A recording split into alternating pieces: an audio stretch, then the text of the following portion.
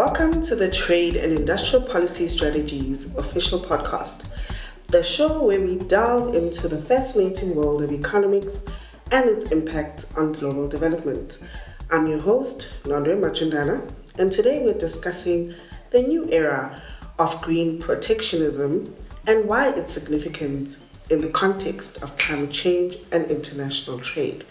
Today, we have a special guest with us who's an expert in this field, Seutame Maimele, an economist focusing on sustainable growth at Trade and Industrial Policy Strategies.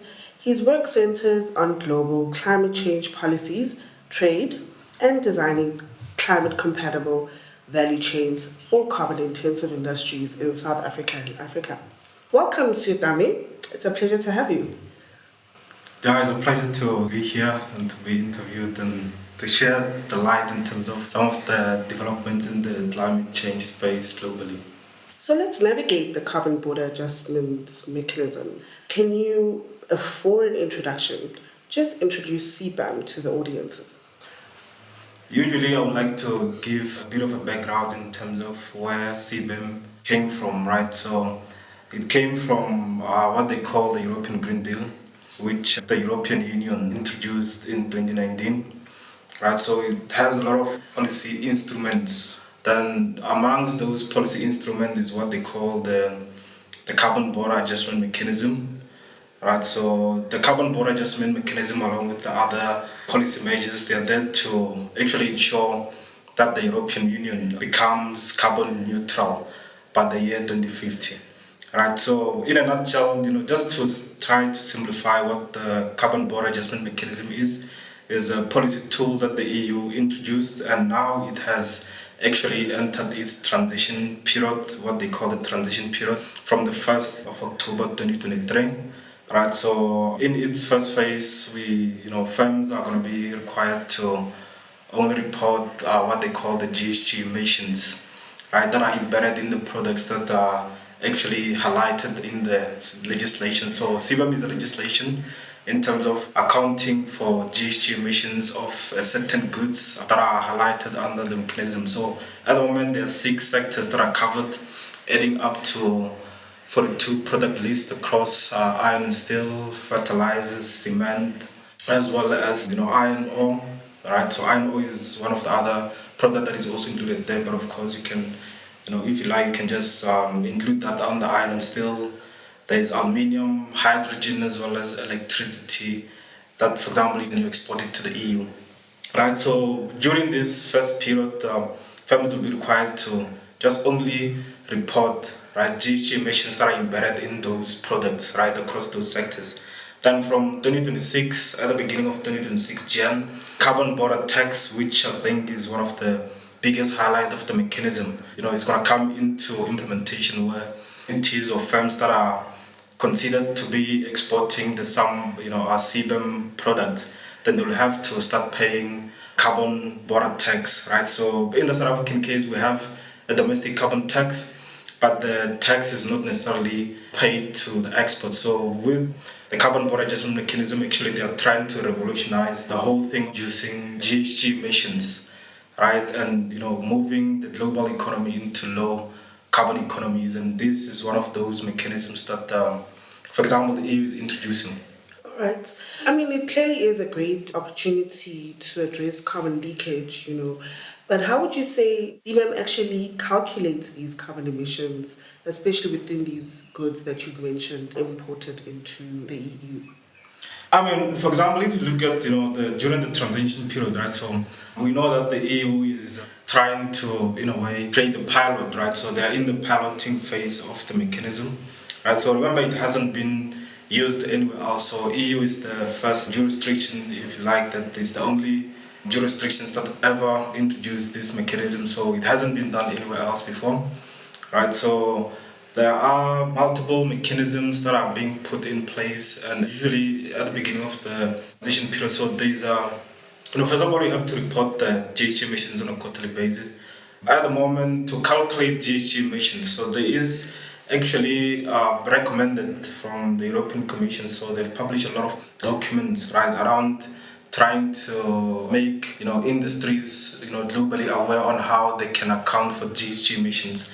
And they have multiple methods that they use to calculate GHG emissions. For example, the other one called calculation based, where you just use calculations and a lot of estimates to calculate the GHG emissions in that space. And there's you are more advanced and you have a computerized or some sort of like an installation that can account and monitor the GHG emissions that are emitted across the production process of, let's say, for example, of steel.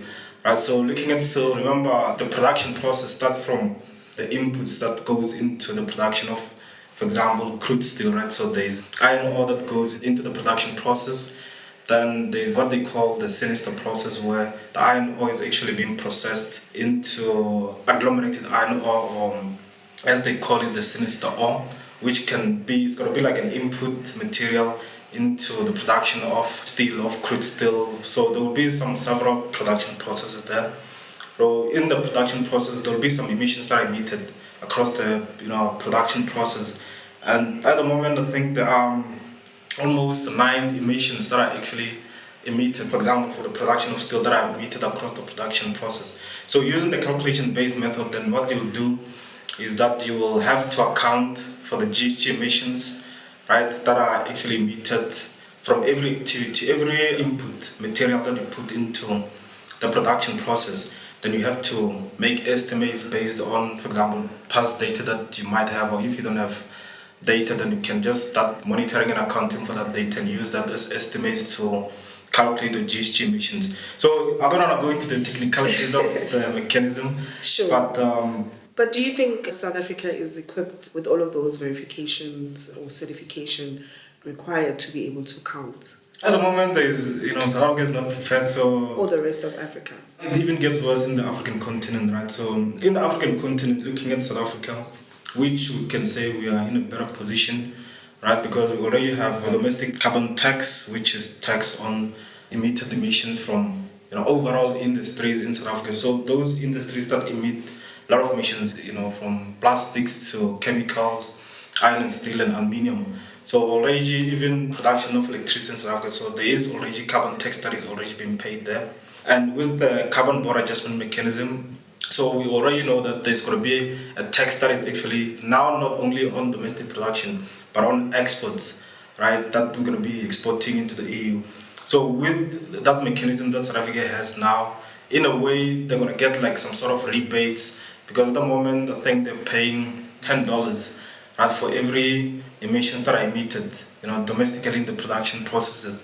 But moving into the carbon border adjustment mechanism, then that amount will actually be expected to pay around $100, right? Based on the weekly average prices that, for example, the European trading scheme is using, right? So you will start to see that South Africa might get some rebates in terms of the country having the carbon border, the domestic carbon tax. And in the African continent, you see that South Africa is the only country that has that mechanism, and most of the African countries don't even have that in place, so they will have to actually pay a higher cost as compared to South Africa. But of course, also South Africa is going to be, similar, conditions or way. I think mentioning the cost implication is one of the issues, impact on our competitive advantage, especially exporting into the EU. What significant portion of our EU, can you give us more information on that? What are the industries that will be affected that export directly into the EU? So in the African context, remember CBAM is like one policy instrument among many policy instruments, right? That, for example, the EU is introducing, and other countries as well are also looking into having similar measures. Like, for example, recently, Australia has also said that they're gonna introduce their carbon border adjustment mechanism along with Canada, Japan, the UK, as well as US, which they are looking to introduce what they call the Prove It Act. Right, so within that context, as much as in the short term we can see only CBAM impacting in South Africa specifically, there's iron, steel, and aluminium that are actually will be impacted in the African continent with regards to CBAM. Then you start to see other countries coming to be impacted by the mechanism, especially if you look at the North African countries, looking at Tunisia, Morocco, Egypt, to just name a few there, as well as Mozambique. Right, so aluminium in Mozambique has, I think most people who follow some developments in the CBAM space, they'll always, tell you that Mozambique is going to be one of the highly impacted countries globally in terms of its exports of aluminium into the EU. Right, so iron and steel, aluminium, if you look at the southern region of Africa, so specifically looking at Mozambique, even South Africa, then those will be some of the primarily impacted sectors or products. I think Morocco is the only country in the African continent that exports electricity to the EU, right? So they will also be impacted in the space, in terms of electricity.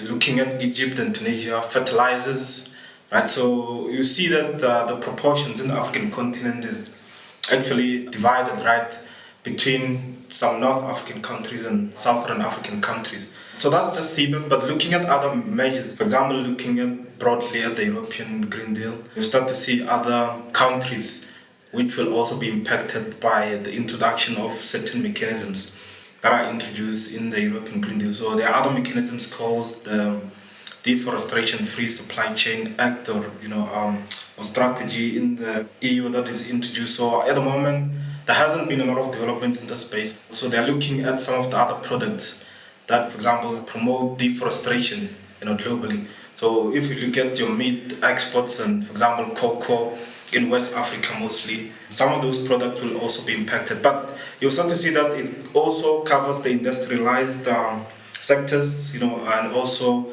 some of the agricultural goods. Right? So it's like it covers everything that pertains to, that might have negative impact on the environment, right, in terms of GHG emissions and deforestation and all other climate change issues that might come with the production processes of some of these goods.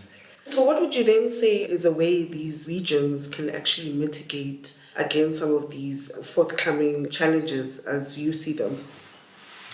For example, in South Africa, we, as researchers, we've been engaged with some industry players in the space, trying to, in a way, co-create some of the other issues that we foresee coming. There has been a lot of suggestions on the table, actually, right, with regards to how we can mitigate some of these issues. So we know that the Department of Forestry, Fisheries and Environment, they have what they call SAGA, so which report GHG emissions. But the way they report GHG emissions, they're not reporting them at the product level. Right? So at the moment, we know that the CBAM will require entities now to start reporting GHG emissions at the product level. So those 42 product lists that I just mentioned earlier on is that you need to account for the GHG emissions that are embedded in each of those products, right? In order for you as an exporter, as an entity that exports to the EU, to gain the European market. So you will have to start reporting on that. And at the moment, South Africa, as much as we have a SAGET is not comparable to CBAM. So in the short term, what we can do is that we can, engage with, for example, DFFE and other like the DTIC, Department of Trade, Industry and Competition, or also our National Treasury, if you like, so that we engage on some of these possible solutions in the short term, so that some South African entities that are affected by the likes of CBAM, then they can actually start accounting and reporting for example, GHG emissions in the short term. At the moment, when we engage with the FFE and other, for example, government departments and even industry people, we don't have to just only focus on iron, steel and aluminium. So we have to focus broadly on accounting systems or GHG accounting systems or methodologies for the country, right? Considering all other products and sectors that might be included, later on, not only by CBAM but by other mechanisms that are introduced globally. So that's the first thing that can happen, right? So is engaging around developing a more comparable accounting system, right? Carbon or GHG emission system, right? We know that, for example, the introduction of CBAM, especially for developing countries, is a problem because now we are not prepared, we don't have the systems in place. So the implementation period, it is quite soon, right? 2026 is not that far. During the transition period and to account for the GHG emissions, the time frame is quite short and it might cause other problems in terms of industries, for example, reporting GHG emissions incorrectly, or even not submitting the GHG emissions data to the EU. So there is what they call the declarants, right? So when you're gonna be exporting stuff, that then you have to declare your GHG emissions to those import declarants in the EU. So what we can do to mitigate some of those issues also in the short term is that we can, in the meantime, start engaging with the EU, right, to say that, the time that you've given us to transition or even to implement the CBAM, right, the mechanism, then it's too short. Then we might, considering that we are developing countries, right, then we can get more, for example, implementation time or transition period. And of course, there are some other issues that comes with that. For example, entities, they don't even know what CBAM is, right? So there is a lot of awareness that needs to happen in the space to share some of these, impacts to broader audience, and later on the EU might need to start funding, for example, capacity building and technical assistance programs that might come into the implementation or the adoption of CBAM, especially in developing countries. So those are the two main things that can happen, that we can do. In the meantime, of course, there's a lot of other interventions, right, in the longer term that we can do. Like, for example, I know at the WTO now there has been a lot of research or engagement in terms of trying to bridge the gap that has already been there in terms of climate change and trade.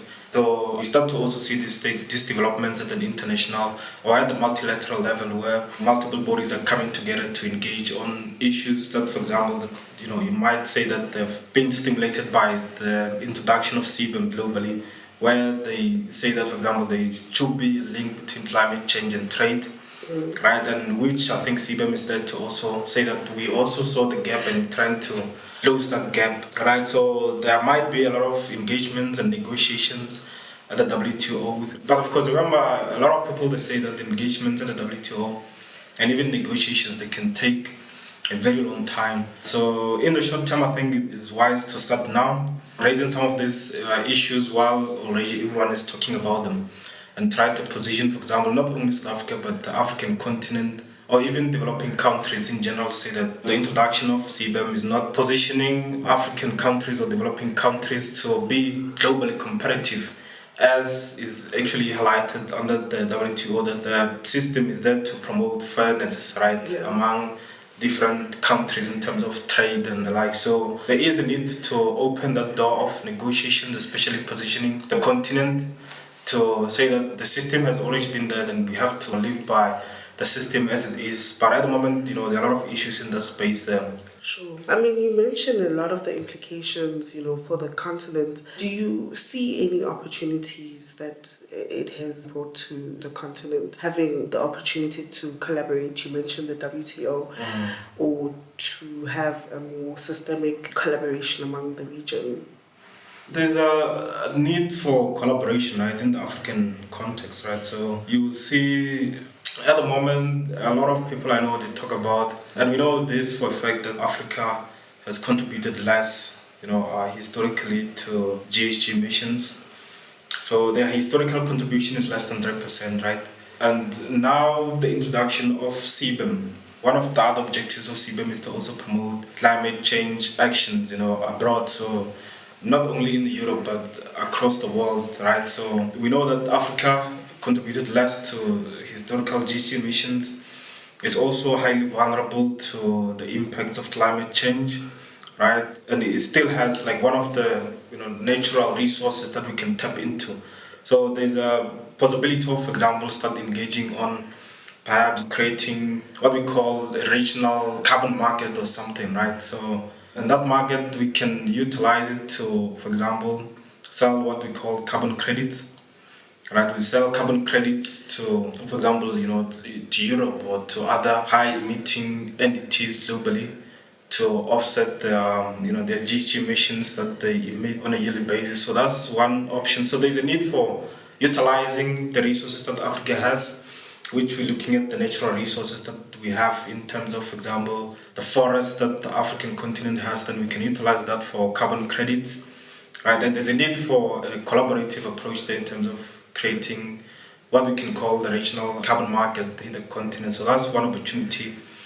And another opportunity is that, once you report your GHG emissions, you account them and report them into the EU, then from 2026, then whatever you're going to be reporting, it has to be verifiable by third-party verifiers, right? And that actually opens a lot of door for SMMEs. Well, already I've been engaging with some people. I think there were some guys from Kenya who they consider themselves carbon auditors. Right? For example, if firms in the African continent they report that this is what we've emitted in terms of emissions, then all the process and everything in place that is, we say we have all of this stuff, and they come as auditors or as verifiers, and they verify that actually what the entity reported is actually true. So there is that big opportunity at the moment in terms of small businesses playing into the space, acting as, for example, verifiers or what you call auditors, right, of these GHG emissions. And at the moment in the African continent, there is a lot of those guys in the space active, but there is a lot of opportunity in the space there. All right. As we are in this transition, what are the opportunities for it to be just as well, knowing that we're also on a just transition in South Africa? So a just process, right? Remember, first of all, requires participation, right? Engagement. So there needs to be a lot of more engagement. So you need to educate people. And what we've realized now is that a lot of entities, even people, need more time to transition, especially looking at developing countries or countries that don't have a lot of financial resources to transition. So there's a need of trying to understand the problem and the need for a certain entity to transition. And at the moment, looking at CBAM, there's a lot of time pressures there, right? And the more pressure that we get in terms of, for example, implementation, there are going to be a lot of mistakes that we make along the way, and that is not going to be a just process. And again, there's a lot of other issues that come with the implementation of CBAM, right? For example, we mentioned earlier on about increased cost, right? So once the cost increases, for example, for entities, the entities will, for example, start looking into other measures like reducing, work.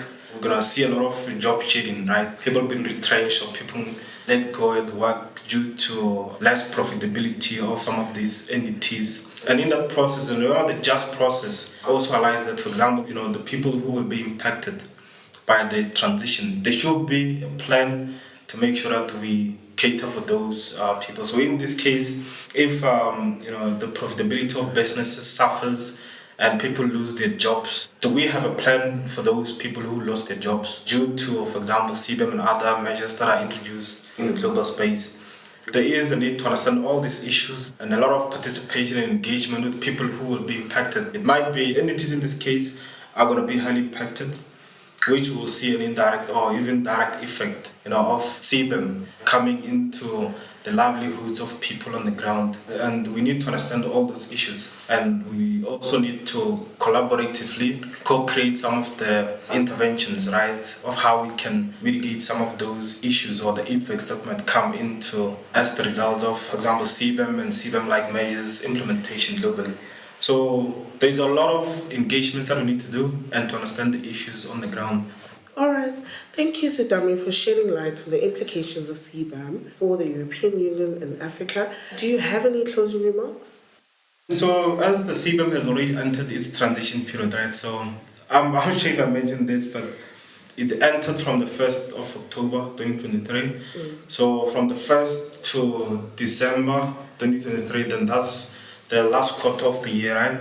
So during the transition period, entities that are exporting to the EU, they're required to submit their reports on a quarterly basis. So for this quarter, we have to submit the quarterly report like a month later, or data that's going to go into the European clearance, right? So I know that a lot of people might not be aware of that. They are actually required to submit their first report next year, which is January 2024, by the end of January 2024. But if you don't have, for example, you are not aware of CBAM and you don't have any systems on a lot of issues, then I think it's wise to start communicating some of those issues. For example, with departments, especially in South Africa, the Department of Trade, Industry and Competition has been active in the space. Then maybe if you engage with them, even I think you can also engage with us because we have also been engaged in the space as well. So so that we can highlight some of these issues while it's still early. As much as there's a lot of grace period that, for example, for the first two quarterly reports, so the one that is due in Jan next year and the other one that is due in April. So the April 2024 report is due for the first quarter of 2024. So for those two first reports, the quarter 4th, 2023 and the first quarter of 2021. There's going to be a grace period up until the 31st of July 2024 for entities. For example, if you didn't report your GHG emissions correctly or you didn't even report them, then you still have that grace period to submit those first two reports. So there is a lot of awareness, I think, that needs to go into the CBAM so that a lot of people are aware of that, CBAM is here and it has already entered its first phase, which is the transitional phase. And the first report is due end of January 2024. Sure, those are some very tight deadlines. Yeah. But thank you so much for sharing your invaluable insights into understanding how all of this policy will shape the future of trade, the dynamics in the region. This wraps up today's episode, and a huge thank you to our guest on sharing all of his expertise on CBAM and its impact for Africa's value proposition to the UE. And to our listeners, don't forget to subscribe, leave a review, and connect with us on social media. Until next time, I'm your host, Nondwe Majundana, signing off.